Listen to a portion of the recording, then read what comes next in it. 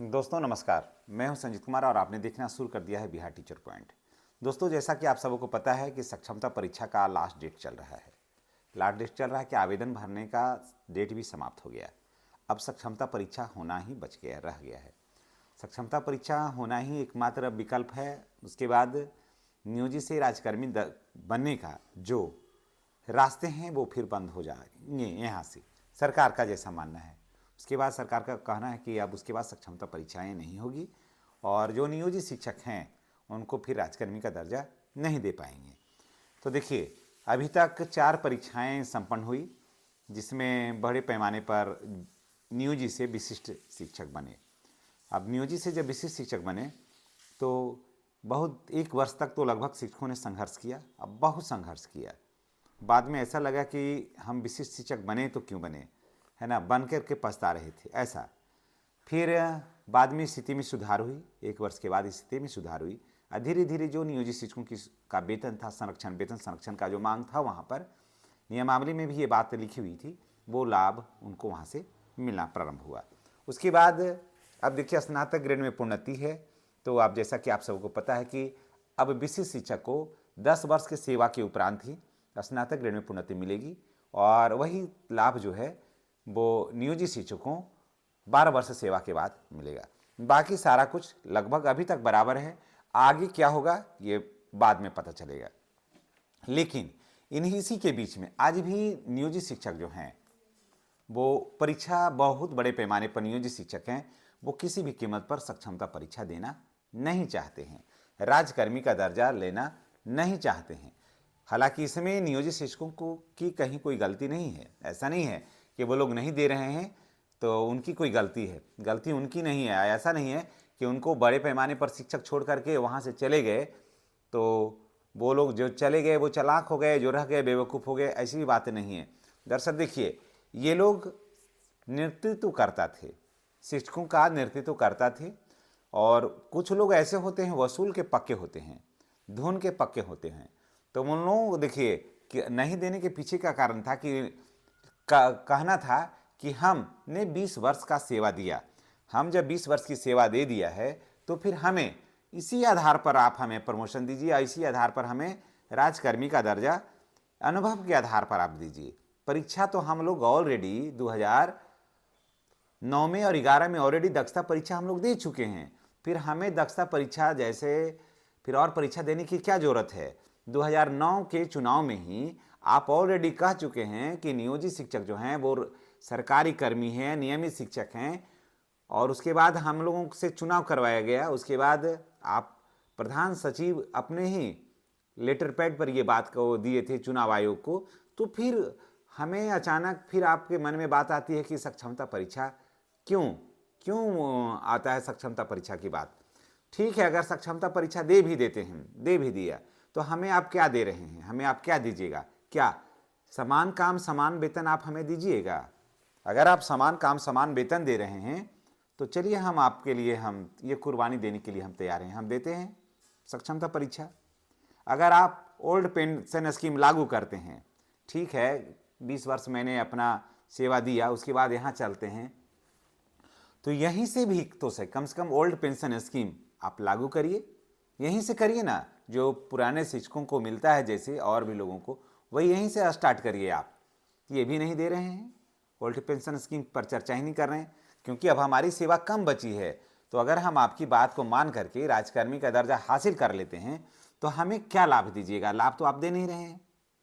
स्नातक ग्रेड में प्रोन्नति है तो यहाँ भी है और वहाँ भी है, दोनों जगह है। तो फिर यही लाभ लेने के लिए हम वहाँ क्यों जाएं?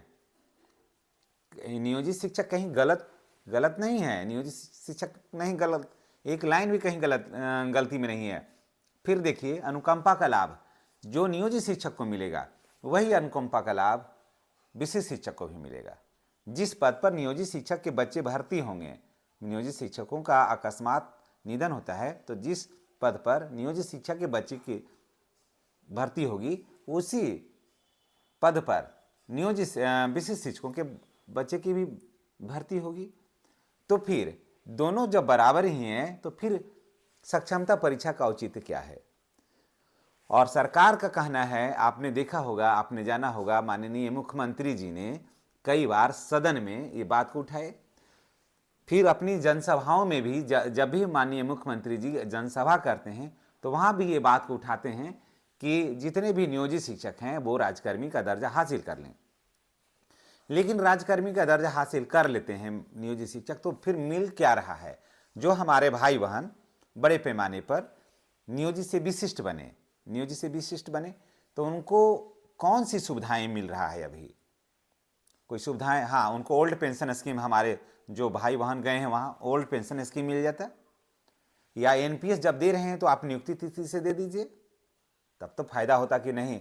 बात तो सही है कि हम लोगों को माननीय मंत्री या फिर मुख्यमंत्री जी हम लोगों के लिए काफ़ी संवेदना रखे हुए हैं, हमारी समस्याओं को सुन रहे हैं, तो हम लोगों को राजकर्मी का दर्जा हासिल कर लेना चाहिए। हालांकि ये बात भी सत्य है कि नियोजित शिक्षकों की एक लंबी मांग है राजकर्मी का दर्जा, काफ़ी लंबी मांग है, और इस पर बहुत सारी लड़ाइयाँ भी लड़ी गई।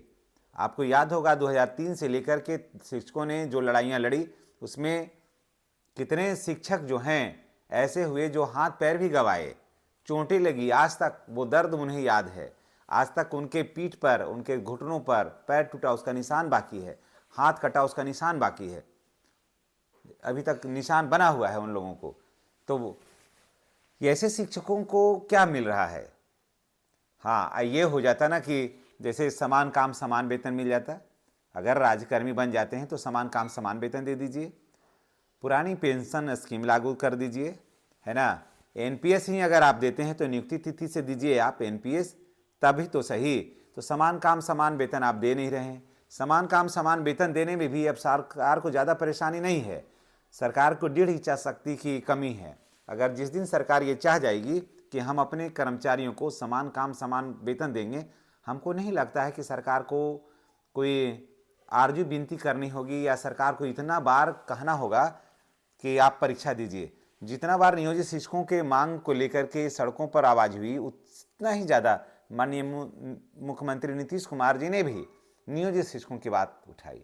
लेकिन माननीय मुख्यमंत्री जी के दिलों में नियोजित शिक्षकों का मुद्दा है, इसके लिए हम उनको धन्यवाद देते हैं। लेकिन माननीय मुख्यमंत्री जी से ये भी आशा करते हैं कि हम नियोजित शिक्षक जो हैं, जिनकी सेवाएं अब 10 साल के आसपास बची हुई है, उनको समान काम समान वेतन दीजिए आप, समझ गए? उनको समान, जिस दिन से आप लागू करते हैं 2025 से, तो 25 से ही दीजिए समान काम समान वेतन, 25 से ही ओल्ड पेंशन स्कीम दीजिए, तब तो लगेगा कि कम से कम चलो इतना दिन गवाए। अब यहाँ से शुरुआत हुई है, माननीय मुख्यमंत्री जी ने घोषणा किया है, तो चलो अब यहाँ से उनकी बात को मान करके, गार्जियन हमारे हैं, यहाँ से मान करके हम लोग दे देते हैं। तो यहाँ तो कहीं बात नहीं होती है, यहाँ भी सीनियरिटी भी जा रही है, समय भी जा रहा है, और हम जो शिक्षक हैं, जो नियोजित शिक्षक हैं, विशिष्ट बन के भी ठगे ठगे महसूस कर रहे हैं और नियोजित बन के भी घुटन महसूस कर रहे हैं। न इधर ही सुकून है न उधर जा कर के सुकून है। तो ऐसी स्थिति, गजब की अंतर्द्वंदता का युद्ध जो है वो दोनों तरफ है, विशिष्ट बनने के बावजूद भी और नियोजित शिक्षक बने रहने के बावजूद भी। तो यही कारण है कि बड़े पैमाने पर आज भी नियोजित शिक्षक जो हैं वो सक्षमता से वंचित हैं और सक्षमता नहीं देना चाहते हैं। हालांकि ये उनकी मांग जो है वो बिल्कुल जायज़ है, और आज भी बहुत सारे शिक्षक हैं जो सक्षमता 5 में भी कुछ फॉर्म भरे हैं, वो जाना चाह रहे हैं, तो वो जाने वाले हैं। तो इस संबंध में आप क्या राय रखते हैं, कमेंट करके बताइएगा। और जो नियोजित शिक्षक नहीं बनेंगे विशिष्ट, तो हमें नहीं लगता है कि उन पर बहुत ज़्यादा कोई असर पड़ेगा, लेकिन सरकार का प्लान बी भी है तैयार। अब देखते हैं उसमें क्या नियम लाता है या लाया जाता है, तो आने वाला वक्त ही बताएगा। लेकिन अगर आप नियोजित शिक्षक भी हैं, अगर आप नियोजित शिक्षक हैं, तो मुझे नहीं लगता है कि कहीं से कोई दिक्कत होगी। हाँ, नियोजित शिक्षकों को जब तक रहेंगे नियोजित शिक्षक, इनको ये बताने के लिए कि आप नियोजित शिक्षक हैं इसलिए आपको ये सुविधा नहीं मिल रही है, इसलिए विशिष्ट शिक्षकों को ये सुविधा मिलेगी, ये बात को दर्शाने के लिए सरकार अगर कुछ नया ऐसा कुछ करे तो नहीं कर सकते हैं, लेकिन सारी सुविधाएं तभी तक मिलेगी विशिष्ट शिक्षकों जब तक एक भी नियोजित शिक्षक बने हैं पद पर, समझ गए? इसलिए विशिष्ट शिक्षकों को लाभ लेने के लिए नियोजित शिक्षक को जिंदा रहना अति आवश्यक है। धन्यवाद। जय शिक्षक, जय बिहार।